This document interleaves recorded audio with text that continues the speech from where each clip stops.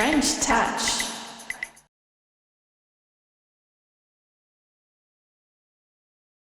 Bonjour à tous et bienvenue à cette masterclass sur France 2030. Vous pourriez être en train de faire de la réalité virtuelle, vous pourriez être en train de vivre une expérience immersive avec Milady et les Trois Mousquetaires. Et pourtant, vous avez choisi d'être là avec nous pour parler de ce dispositif.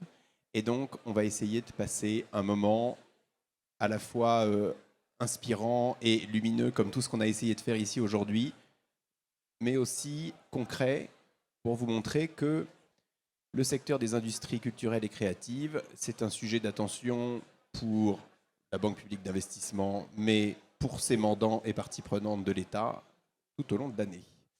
Donc, on est très heureux que vous soyez aussi nombreux. Nous, on est dans une ambiance un tout petit peu sous les sunlights des tropiques, là, en termes de chaleur. Donc, peut-être que vous aussi. Donc, on ne se jugera pas sur le niveau de sudation qui sera le nôtre pendant cet événement. Et on démarre. Pardon ? J'ai bien fait de mettre mon col roulé. J'ai écouté les instructions du ministre de l'économie et des finances, mais j'avoue que je le regrette un tout petit peu. On attaque, peut-être avant de rentrer dans le vif du sujet, en un mot, avoir le plaisir de présenter mes chers amis et interlocuteurs. Fabrice. Oui, oula, pardon, Fabrice et non pas Frédéric, d'ailleurs. Enchanté, Fabrice Casadebé, donc je suis conseiller culture au secrétariat général pour l'investissement, qui est le service à l'intérieur des services de la Première ministre qui s'occupe de tout le programme France 2030, qui est le successeur des programmes d'investissement d'avenir. Et à l'intérieur de ce secrétariat général pour l'investissement, je suis donc en charge de toute la verticale culture, avec la stratégie d'accélération, avec l'objet culture de France 2030, la grande fabrique de l'image, les questions autour de l'immersif et du métavers très bientôt. Et avant ça, dans une vie antérieure, j'ai travaillé au Centre Pompidou comme directeur juridique et financier, au musée du Quai Branly comme directeur des publics, et puis au ministère de la Culture, à la sous-direction de la presse. Donc différents domaines. On s'est notamment occupé à une époque des droits voisins pour donner des ressources à la presse, aux producteurs de contenu et aux journalistes face à certains acteurs transnationaux qui ne voulaient pas payer leur écho.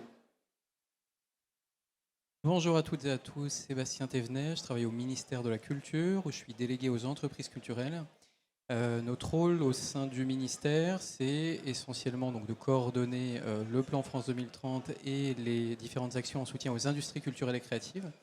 Et pour ce faire, on va mobiliser les différentes compétences au sein du ministère, nos amis de la Direction générale des patrimoines et de l'architecture, de la création artistique, du service du numérique, du CNC, etc. Et donc c'est toutes ces compétences qui travaillent aujourd'hui sur la conception des dispositifs France 2030. Merci à tous les deux d'être là. Alors, on parle beaucoup des grands dispositifs de politique économique volontariste dans des grandes nations et des grandes plaques géopolitiques en Asie, aux États-Unis. C'est intéressant, je pense, avant de rentrer dans le vif du sujet des dispositifs qui concernent les industries culturelles et créatives, de dire un mot sur France 2030 en tant que tel. Peut-être que tout le monde n'a pas la conscience de l'échelle de ce programme d'investissement pour l'économie française. Est-ce que peut-être, Fabrice, tu peux nous donner un mot de contexte sur France 2030 ? Qu'est-ce que c'est ? Combien ça représente et quelle est la mission et la nature de l'objet dans sa globalité, avant qu'on aille chercher à l'intérieur de l'objet la nuance des industries culturelles et créatives. Bien volontiers. Donc France 2030, c'est un plan qui fête ses 2 ans, puisqu'il a été annoncé par le président de la République en octobre 2021. Donc on est bientôt à la 2e année de ce plan. Et c'est un plan qui, au global, est doté de 54 milliards d'euros, qui a à la fois un objet transversal et des objets des verticales, d'une certaine manière. L'objet transversal, c'est d'accompagner l'innovation, de permettre à notre pays d'affronter les défis qu'il doit relever dans les temps qui viennent, de mettre à niveau aussi l'enseignement supérieur et la recherche en France aux meilleurs standards internationaux. Et puis ensuite, des verticales, c'est-à-dire des secteurs de l'économie qui ont été identifiés comme particulièrement stratégiques. Alors, il y en a une dizaine. Il y a la conquête spatiale, les fonds marins, la santé numérique, l'alimentation durable, le quantique, l'avion bas carbone, la batterie du futur. Il y en a plusieurs. Et puis, il y a la culture qui a été identifiée comme un axe particulièrement structurant de ce plan. Et on y reviendra peut-être après. Tout à fait. Donc, ce qu'il faut avoir en tête quand même, c'est que rapporté au PIB de la France, le plan France 2030 est en fait échelonné quoi, hein, par rapport à ce qu'on peut constater sur IRA aux États-Unis ou ce qu'on peut voir en Asie. Donc, 54 milliards, c'est un effort quand même assez inédit de la puissance publique pour la transformation du pays. Sébastien, tu veux rajouter un mot sur le tableau dans son ensemble? Pour nous, c'est une politique très importante. 1 milliard d'euros, comparativement au budget du ministère de la Culture, c'est à peu près un quart du budget annuel. Donc c'est quand même un effort qui est extrêmement conséquent. Et c'est une politique en faveur des ICC qui est en train de se développer, qui est en train de se structurer. Historiquement, le ministère de la Culture intervient beaucoup sur des secteurs, avec des opérateurs sectoriels. Aujourd'hui, l'idée, c'est de sortir de ces silos sectoriels et d'adresser un certain nombre de problèmes, d'enjeux, de thématiques qui s'adressent à l'ensemble des acteurs culturels et créatifs français. Alors, on a dit que, et évidemment, là, on est entre convaincus et convertis, donc l'inverse aurait été insupportable, mais les ICC font partie des grandes verticales stratégiques identifiées par le programme. Qu'est-ce qu'il y a en direction des ICC? Quelles sont les grandes têtes de chapitre du programme France 2030? Alors peut-être les relister parce qu'on n'a pas forcément Absolument. toujours l'occasion de le faire, donc ça me semble important. L'idée, on couvre vraiment tout le champ des secteurs qui font l'objet d'une tutelle du ministère de la Culture, hein, d'une certaine manière. Donc on embarque 14 sous-secteurs, c'est la musique et le spectacle vivant, les musées et le patrimoine, l'architecture et le design, les métiers d'art et la création de mode, les arts visuels et le cinéma, l'audiovisuel et le jeu vidéo, l'édition de livres et la presse. Donc c'est particulièrement vaste comme secteur. Et pourquoi ce secteur? Parce que, disons, c'est à la fois essentiel et stratégique. C'est essentiel dans nos vies personnelles.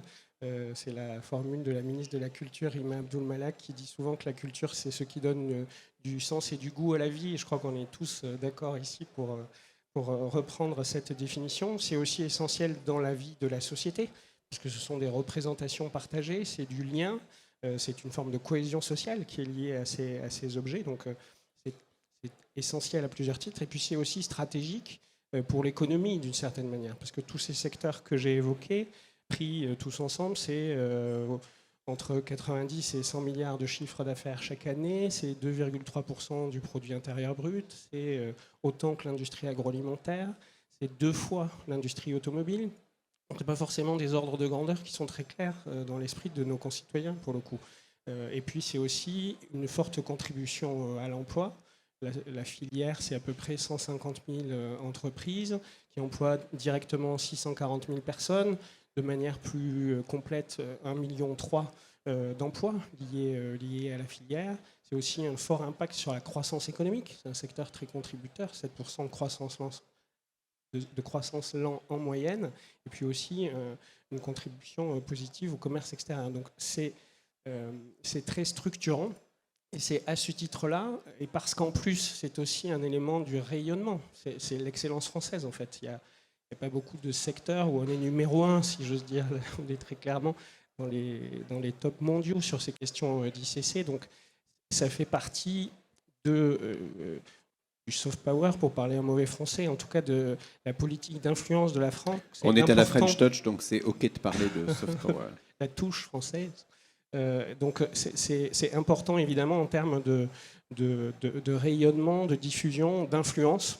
Et c'est un des secteurs d'excellence de la France. Donc ça, on est souvent trop modeste, on oublie de le rappeler, mais c'est à ce titre-là que le plan a une place si particulière, effectivement sans équivalent dans le temps. C'est la première fois qu'on consacre autant d'argent aux ICC dans les programmes des investissements d'avenir, et je crois sans équivalent dans le monde. Donc c'est un vrai pari qui est fait par le gouvernement.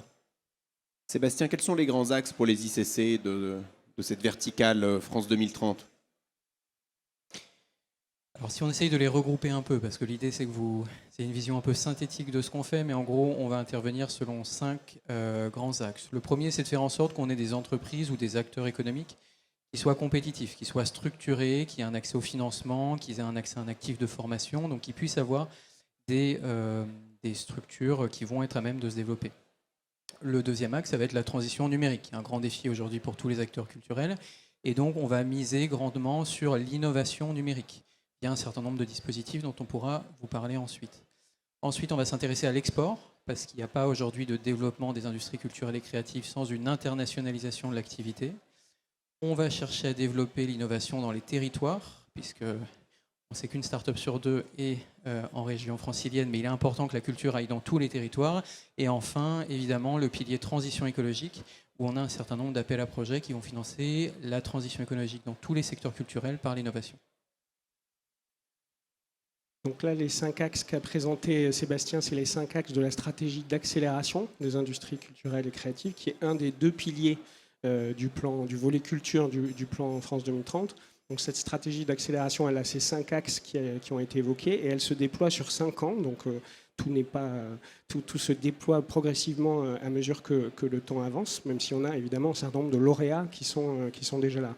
Et ces 5 axes et cette stratégie d'accélération ont été complétés en octobre 2021 donc par un objet culture de France 2030 avec la grande fabrique de l'image pour avoir un doublement de la capacité de production en France en termes de cinéma et d'audiovisuel, mais aussi un doublement du nombre de personnes amenées à venir travailler dans les métiers de l'image animée, de l'audiovisuel, de l'animation, du jeu vidéo, et une ouverture sociale aussi.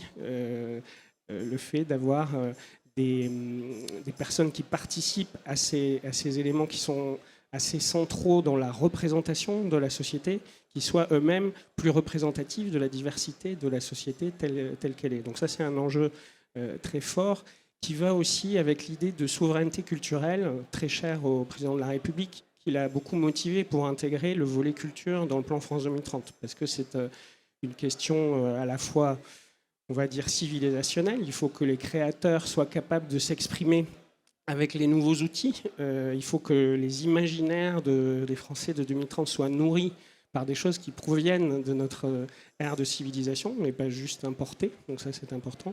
Mais c'est aussi un enjeu de compétition internationale. On le sait bien, puisqu'il y a un certain nombre de pays qui définissent des stratégies très concentrées, qui allient le public, le privé, les différents acteurs. Donc c'est aussi cette approche-là qui mélange public et privé qu'on voulait lancer. Donc la grande fabrique de l'image sur le volet cinéma audiovisuel, et puis aussi un volet qui sera lancé dans les toutes prochaines semaines sur la culture immersive et le métavers pour favoriser l'émergence des pépites françaises. Il y en a déjà beaucoup.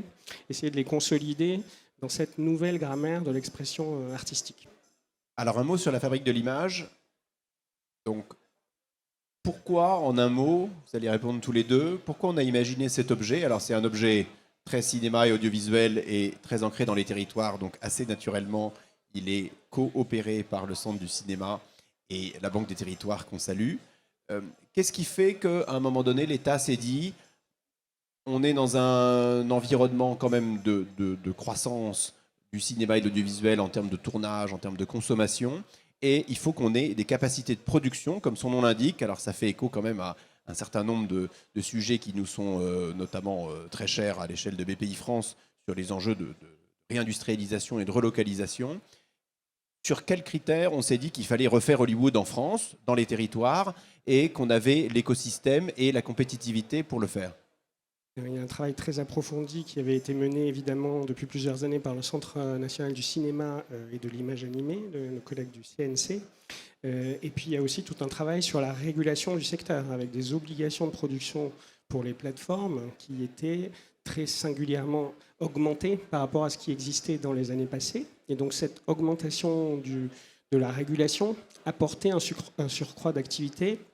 Il était important que ce surcroît d'activité profite aux emplois en France, fasse de la destination France une destination attractive au plan mondial et permette éventuellement à des productions internationales d'être tournées en France. Donc il y avait aussi un enjeu d'ajustement de l'outil industriel qui devait être projeter vraiment dans une nouvelle dimension, dans un nouvel âge. Et c'est toute l'ambition de ce plan. En gros, pour simplifier, x2 de la capacité de tournage aux meilleurs standards, à la fois de production, mais aussi aux standards en termes de développement durable et d'exigence environnementale. C'est aujourd'hui évidemment impossible de penser autrement et de faire autrement, mais aussi sur les enjeux de métiers, de compétences, de préparation aux nouveaux métiers, la nécessité de faire venir à ce secteur une nouvelle partie de la population qui n'était pas forcément la bienvenue, en tout cas, ou insuffisamment présente, en tout cas. C'est un des enjeux importants de l'ouverture du secteur, de la sortie de l'entre-soi, d'une certaine manière. C'est clair qu'on a Alors, on a besoin de studios à l'état de l'art, notamment parce que le monde des studios, tu l'as dit, a beaucoup changé. On a vu notamment dans le domaine des studios virtuels que les producteurs américains étaient capables de faire, et on a besoin de se mettre à ce niveau-là. On a besoin aussi de studios qui soient à la taille critique, ce qui n'était pas forcément le cas avant le lancement de ce grand programme systémique. Mais en tout cas, je pense que c'est un constat et une ambition partagée de ne pas être simplement des producteurs d'imaginaire et des producteurs de propriété intellectuelle, mais d'être des fabricants et d'avoir tous les moyens techniques, mais aussi les moyens humains, les moyens aussi écosystémiques, et le crédit d'impôt en est un en termes de compétitivité, pour ce faire. Sébastien, tu veux ajouter un mot? C'est clair pour toi? Ok. J'ai oublié juste une statistique. Pour 1 euro investi dans un tournage en France, il y a plus de 3 euros qui sont répartis dans l'économie ensuite. Donc c'est aussi un effet de levier très fort sur le développement des territoires. Très bien. S'il y a la Direction générale du Trésor qui est dans le public, vous pouvez entendre ça. C'est un dispositif vertueux.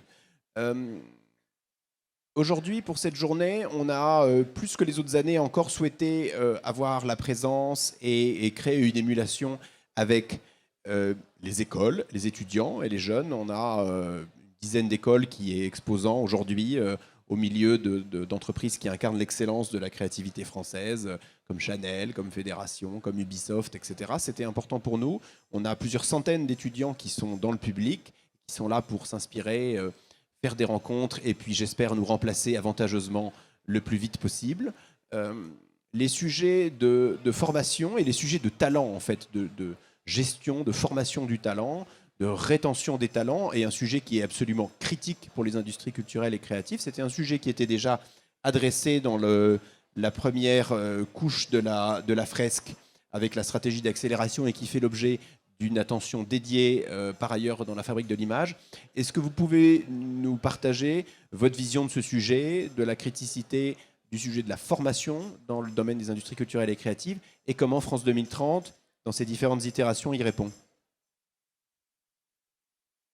Alors, quand on a commencé à interroger un certain nombre d'acteurs à ce sujet avant de lancer tous nos plans systémiques, il y avait 4 axes qui semblaient importants en matière de formation. D'une part, il y avait créer des pôles de formation, c'est-à-dire qu'on avait besoin d'avoir un nouvel actif et que des établissements se rassemblent et s'assemblent avec aussi des entreprises pour être sûr que les formations correspondent réellement aux besoins des entreprises culturelles. Il y avait une question d'internationalisation de l'actif de formation. Il y avait une question de numérisation, c'est-à-dire le développement on connaît tous aujourd'hui, mais des plateformes de cours en ligne. Et puis enfin la question de la formation continue. Donc on a lancé un appel à manifestation d'intérêt, compétences et métiers d'avenir qui ne concerne pas que la culture, mais qui s'adresse à l'ensemble des objectifs France 2030, qui jusqu'à présent a permis d'attribuer d'ores et déjà 34 millions d'euros, si je ne dis pas de bêtises, à un certain nombre d'établissements d'enseignement supérieur. L'idée, c'est vraiment former aux nouveaux métiers de la culture, former aux métiers qui presque n'existent pas encore. Pourquoi? Parce que parfois, on a des entreprises qui viennent nous voir, qui nous disent « bon, je développe mon activité, mais je ne sais pas qui embaucher pour développer cette activité. Aujourd'hui, personne ne forme au métier dont j'ai besoin pour développer mon activité. » Donc, c'est vraiment ce type de projet que vise cette AMI Compétences et métiers d'avenir. On peut donner un exemple, par exemple, le Conservatoire national supérieur de musique et de danse de Paris, qui est un établissement qui a une histoire gigantesque qu'on connaît tous, est en train de développer ce qu'on appelle le conservatoire augmenté. Ça va donner lieu à la construction d'un studio de captation en technologie immersive associé à une plateforme de cours en ligne qui va permettre de développer les formations données par le conservatoire dans le monde entier. Donc ça, c'est quelque chose dont il y avait un réel besoin et c'est ce à quoi vient répondre aujourd'hui France 2030. L'idée, c'est aussi de permettre d'avoir des diagnostics d'abord sur que sont les métiers demain. Typiquement, l'ensemble des écoles d'architecture de France se sont rassemblées pour nous présenter un diagnostic du métier d'architecte en 2030, comment l'anticiper, comment préparer ces nouvelles formations. Et ensuite, en effet, des projets, à la fois dans l'appel à manifestation d'intérêt, compétences et métiers d'avenir. Sébastien a cité le cas du conservatoire. On peut citer aussi le cas du campus des métiers et des qualifications de Versailles autour des métiers d'art, autour du patrimoine. Aussi le campus des métiers autour des Gobelins, d'autres métiers d'art plus sur la création qui sont fortement accompagnés. Puis dans le cadre du volet formation de la Grande Fabrique de l'Image, il y a aussi de très beaux projets qui ont été accompagnés, ou des écoles publiques ou des écoles privées avec un accompagnement qui a permis d'ouvrir des filières de bourses pour accompagner ces écoles dans l'idée de l'élargissement des publics. J'ai visité récemment l'école Méliès, par exemple, à Orly, qui a une pédagogie très intéressante, où à la fois on travaille sur le geste, le dessin, la sculpture, avant de former au logiciel de rendu 3D, et avec un taux de féminisation très important de 72%. Donc cette école sera accompagnée pour avoir plus d'étudiants qui pourront bénéficier de cet accompagnement pour venir dans la filière ensuite de l'animation. Et la ministre emploie une formule qui est intéressante. Pour elle, c'est une des priorités de son action, préparer la relève, justement, faire en sorte, comme tu le disais, que nous soyons remplacés le moment venu, mais que de nouveaux talents viennent apporter leur regard, leurs différences de point de vue, et puis nourrir de leur vision le secteur et le renouveler. Je pense même que c'est potentiellement la finalité principale et que tout le reste est un moyen d'y arriver. On a parlé, Sébastien, tu as parlé d'accélération de la transition digitale. Fabrice, tu as parlé d'un objet qui a été annoncé et qui sera bientôt opérationnel dans l'ambition qui est de faire de la France le leader européen de la culture dans les technologies immersives.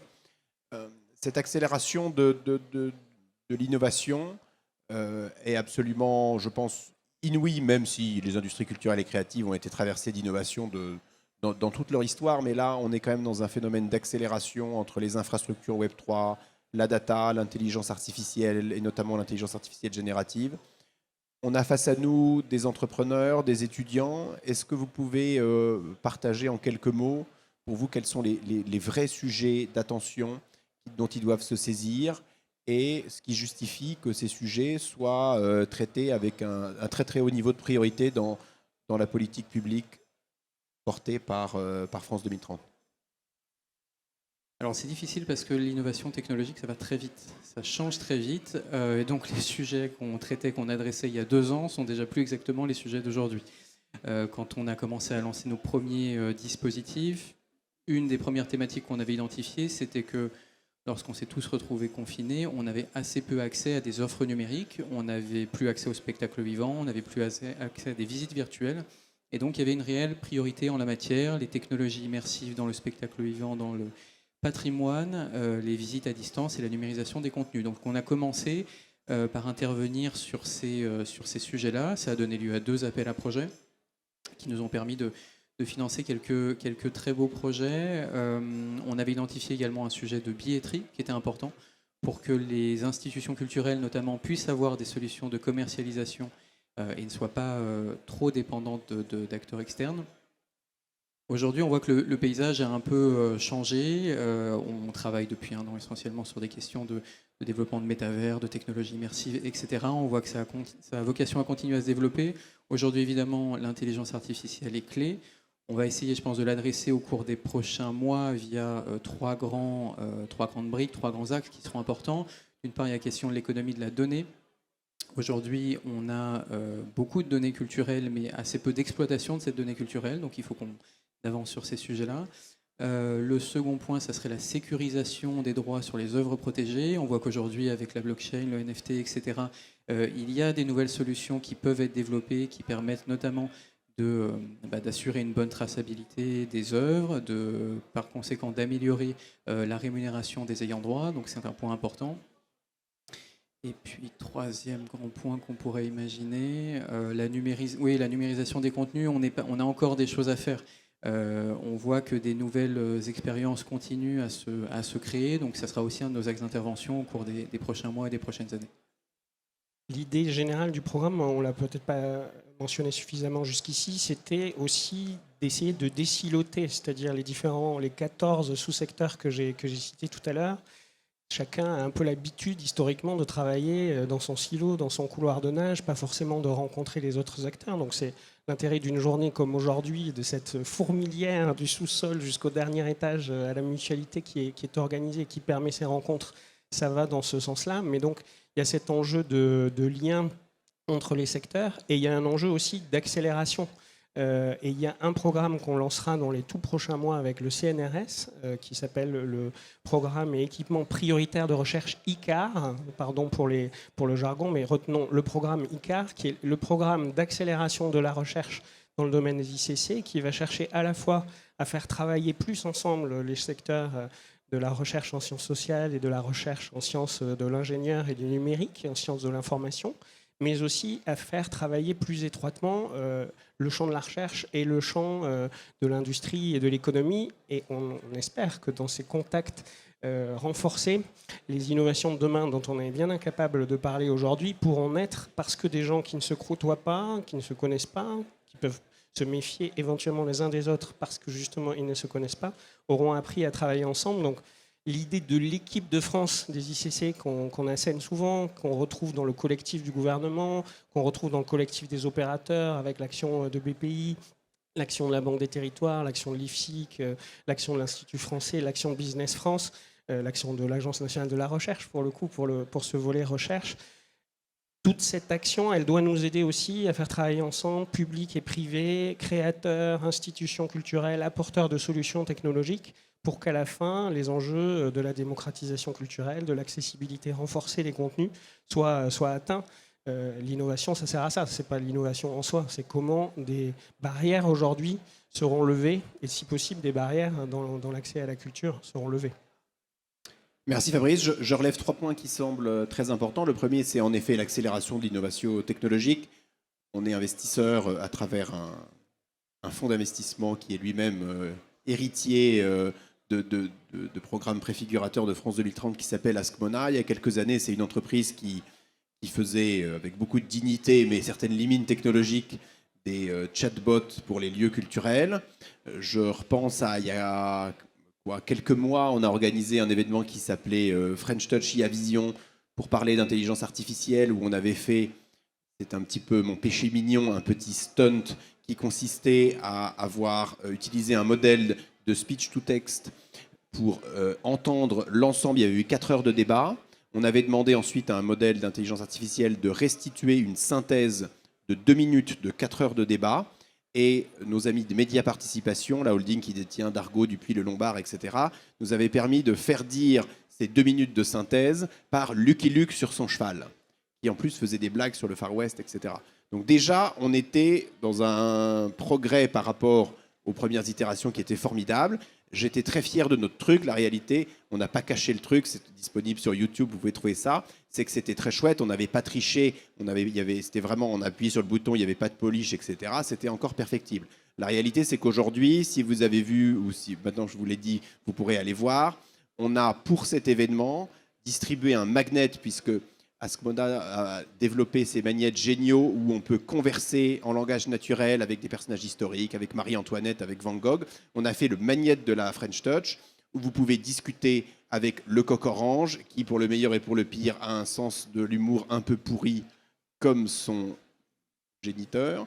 Et le résultat est absolument exceptionnel. Alors, il n'est pas encore parfait, mais c'est exceptionnel. Donc, l'accélération, quand même, notamment dans les sujets d'intelligence artificielle, sont remarquables. Deuxièmement, en effet, on n'y a pas assez insisté, mais c'est quand même la logique qui était la logique de la stratégie d'accélération de France 2030, de la French Touch. Évidemment, grâce à Dieu, tout ça est cohérent, d'une logique de plus en plus déverticalisée, désilotée, transversale, hybridée, parce que tout ce dont on parle finalement, que vous soyez dans le public, dans le domaine du spectacle vivant, de la musique enregistrée, du cinéma, du jeu vidéo, ça vous parle, et c'est une réalité, notamment ces traversées de technologies. J'en profite pour saluer, je vois, il papote, mais Monsieur Dudognon, qui s'occupe notamment du concours Innov, qui est un des objets de France 2030 qu'on a l'honneur et la fierté d'opérer sur toutes les technologies disruptives dans les ICC.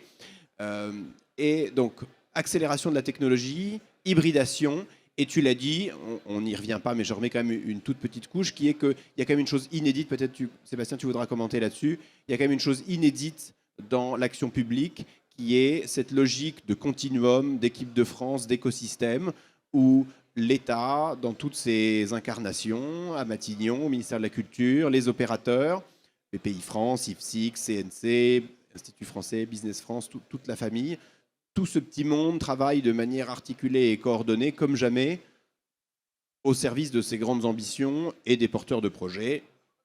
Il y a quelques assiettes qui tombent une fois de temps en temps, bien sûr, parce que la perfection n'est pas de ce monde, mais c'est quand même, je pense, une articulation inédite. Je ne sais pas si tu veux rajouter un mot. Oui, je pense qu'il y a un concept qui est important qu'on essaie de développer, c'est celui de continuum. C'est-à-dire qu'il doit y avoir une suite logique et une bonne articulation entre les actions qu'on va vous proposer, entre ce que fait le SGPI, le ministère de la Culture, les opérateurs, à votre service. Donc, tu citais par exemple le fonds Tech & Touch que vous développez via BPI France. L'idée, c'est d'avoir, selon le besoin de l'entreprise, selon son stade de développement, une réponse pour lever un verrou au moment de son développement. Donc, si vous êtes en tout début d'amorçage, vous allez avoir un besoin de subvention, puis ensuite vous allez développer votre activité, le prêt, la garantie s'appliquera bien. Ensuite, vous allez faire votre première grande levée de fonds et à ce moment-là, vous allez voir les investisseurs. Dans le domaine de l'export, c'est pareil. On essaye de mettre en place un continuum de soutien à l'export. Vous commencez à vous lancer à l'international. Vous avez nos missions Entreprendre dans la culture à l'international. Vous voulez bâtir vos stratégies. Il y a le formidable programme Culture Export développé par BPI France. Et puis ensuite, vous voulez aller vous installer sur zone et vous avez le non moins formidable programme ICC Immersion de l'Institut français de Business France. Donc, on essaye comme ça de créer des actions qui vont se compléter, qui vont vous accompagner. On a comme ça des entreprises qui font des parcours en termes d'accompagnement. Et l'idée, c'est de pousser ces entreprises culturelles à aller toujours un peu plus loin. Alors, tu as parlé de Culture Export. On pourrait parler aussi des accélérateurs, qui sont un programme qu'on déploie avec, là aussi, beaucoup de fierté dans l'accompagnement des entreprises, dans le domaine de l'architecture et du design, de la musique et du spectacle vivant, des savoir-faire d'exception, qui est un programme qui consiste à apporter du consulting, de l'exécutive MBA et de la mise en réseau pour toutes les entreprises de tous ces secteurs. En fait, si on parle de ça, si on parle de Culture Export, si on parle de ICC Immersion, qui est opéré par nos frères de Business France et de l'IF, dans France 2030 et dans la stratégie d'accélération, dans France 2030, il y a énormément d'objets qui sont des objets qui vont au-delà simplement du financement des entreprises, mais qui reposent aussi sur le principe que les entreprises culturelles françaises ont besoin de moyens financiers, mais aussi de moyens extra-financiers, intellectuels, d'accompagnement, de jeux collectifs. Est-ce que vous pouvez dire un mot là-dessus, parce que ça n'a pas toujours été évident dans la politique, dans l'action publique, de se dire que c'était presque aussi important d'ouvrir des guichets et de définir des objets d'accompagnement des entreprises et pas simplement de financement. Alors c'est vrai que par rapport à certains de mes collègues d'autres verticales France 2030, on se caractérise par un certain nombre d'actions qui sont un peu de la haute couture et de la dentelle par rapport à des approches purement industrielles, gros tuyaux, comme c'est plus nécessaire dans d'autres champs. Mais c'était aussi pour s'adapter à la spécificité du secteur, en effet. Parce que si on fait le ratio des deux chiffres que j'évoquais tout à l'heure, 150 000 entreprises, 640 000 emplois directs, on voit très vite qu'une des spécificités de notre secteur, c'est évidemment sa forte atomisation, la faible taille d'une grande partie des acteurs, même s'il y a des acteurs très intégrés, très structurés, il y en a beaucoup d'autres qui sont de plus petite taille. Qu'est-ce que ça a comme conséquence ? Le manager, il fait tout, il n'a pas forcément le temps de prendre du recul, de sortir le nez du guidon.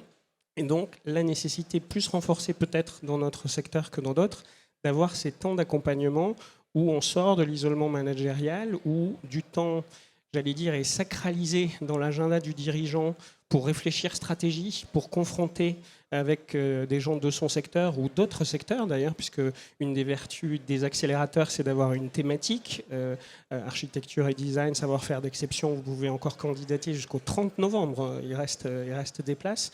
Dans la partie culture export, on a mélangé des galeristes, des spécialistes du son, des architectes, enfin il y avait toutes les ICC qui étaient réunies, et c'était aussi intéressant d'avoir cet échange entre la délégation qui était partie aux États-Unis l'année dernière. Donc, rompre l'isolement managérial, profiter d'un apport d'expertise extérieure pour approfondir la stratégie, aussi accompagner le changement de taille, puisqu'il y a des moments stratégiques dans la vie des entreprises où on doit conforter, renforcer ses effectifs, parfois se séparer de certains acteurs qui étaient avec nous dans la phase initiale, mais qui ne sont pas forcément les profils nécessaires dans la suivante.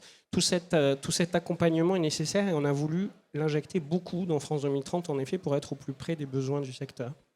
Et souvent, c'est dans cet accompagnement que le fait de désiloter, donc de sortir des secteurs culturels tels qu'on les décrit traditionnellement, prend tout son sens. Il y a quelques jours, on faisait une présentation avec un lauréat Culture Export justement qui venait du secteur de l'architecture. Donc Culture Export, en gros, vous aviez 22 lauréats et il y avait 12 secteurs représentés. Donc si vous aviez un peu de chance, vous aviez un collègue, mais sinon vous étiez tout seul de votre secteur. Le cabinet d'architecture qui participait arrive dans le programme et nous dit « mais je ne comprends pas ce que je fais là, je vois plein de gens très intéressants, mais personne qui me ressemble. Pourquoi ? Quelle est la pertinence pour moi de suivre ce programme ?» Et il nous dit à la fin, je me suis rendu compte qu'en fait c'était juste la meilleure chose du programme, c'est-à-dire de pouvoir dialoguer avec des acteurs culturels qui ne font pas exactement la même chose que moi, mais avec lesquels je vais pouvoir partager les difficultés qui sont les miennes, les leviers d'amélioration, les solutions qui peuvent m'être apportées. Et donc c'est là où on voit toute la pertinence d'une intervention via le prisme industrie culturelle et créative.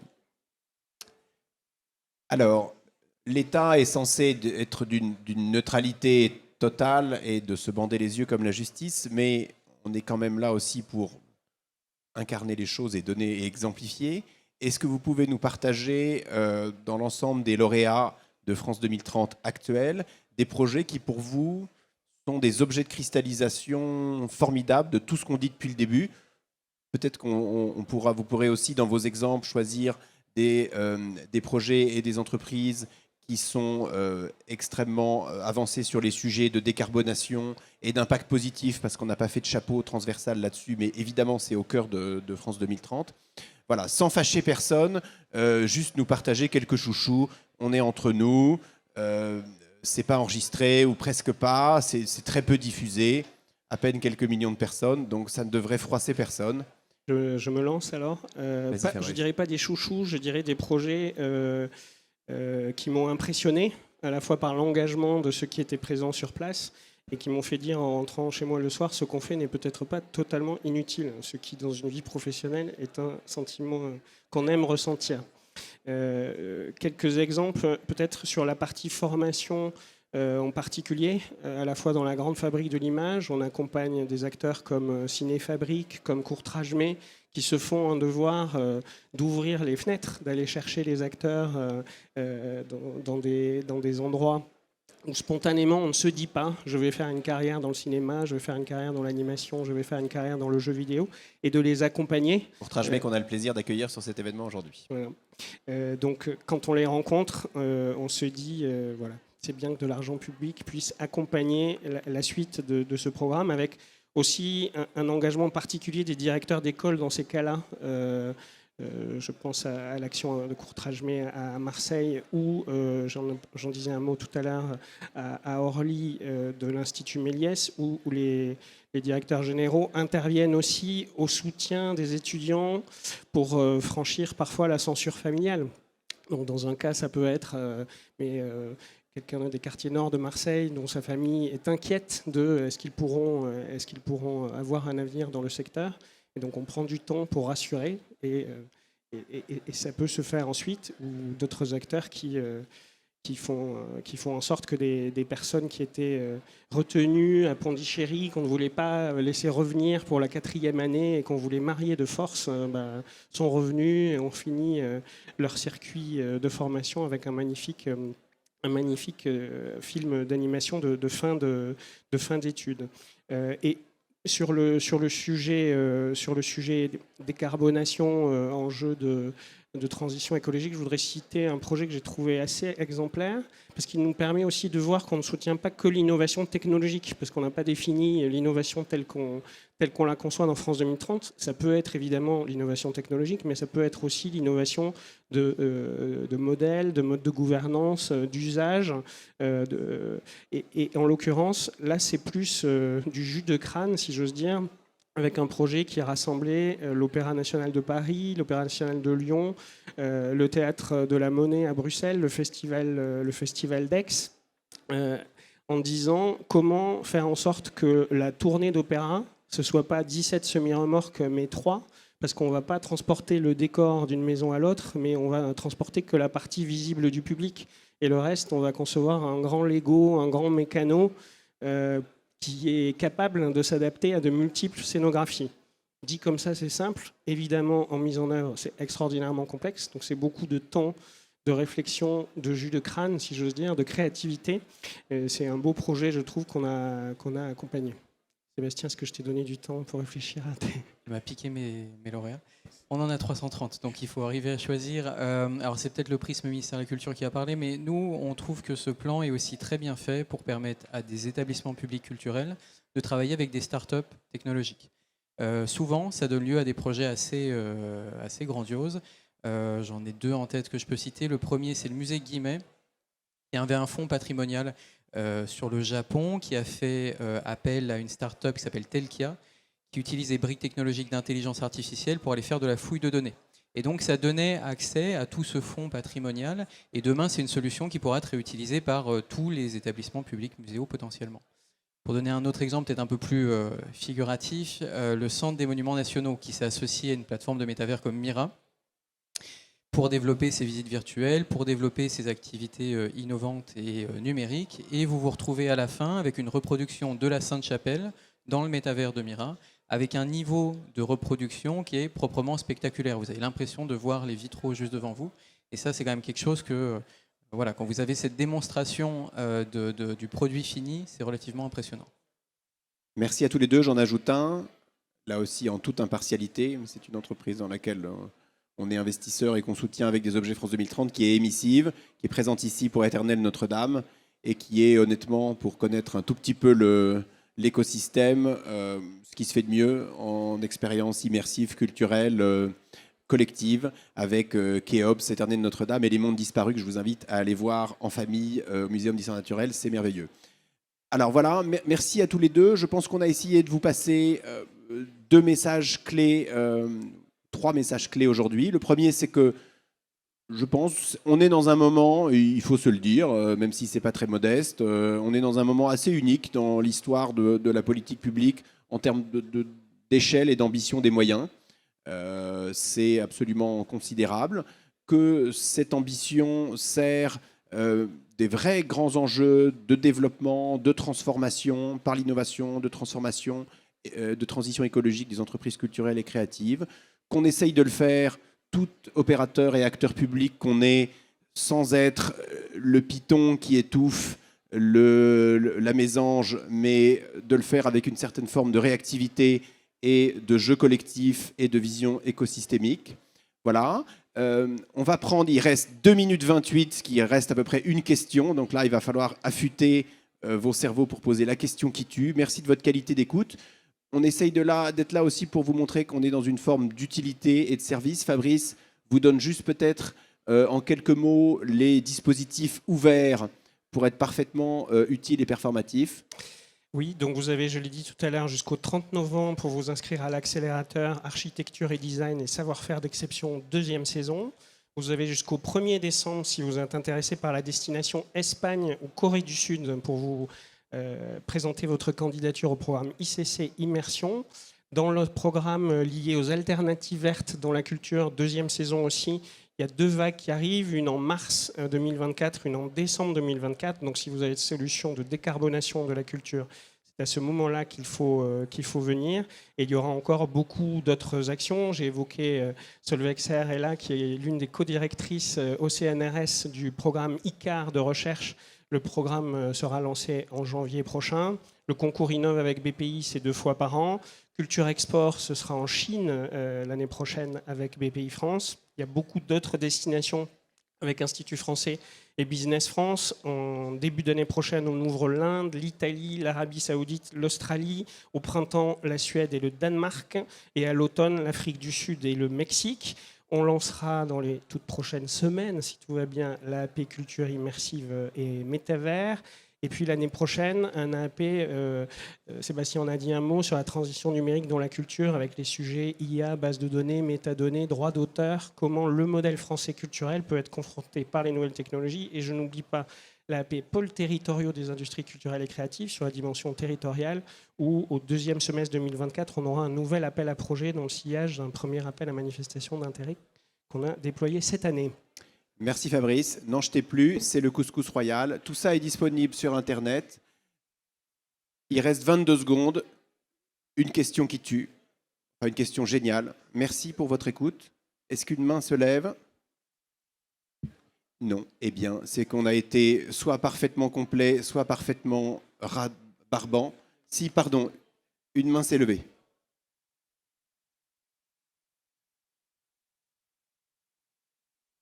Je vais faire très bref. S'il vous plaît, on est à moins 4 secondes. Ce plan est génial.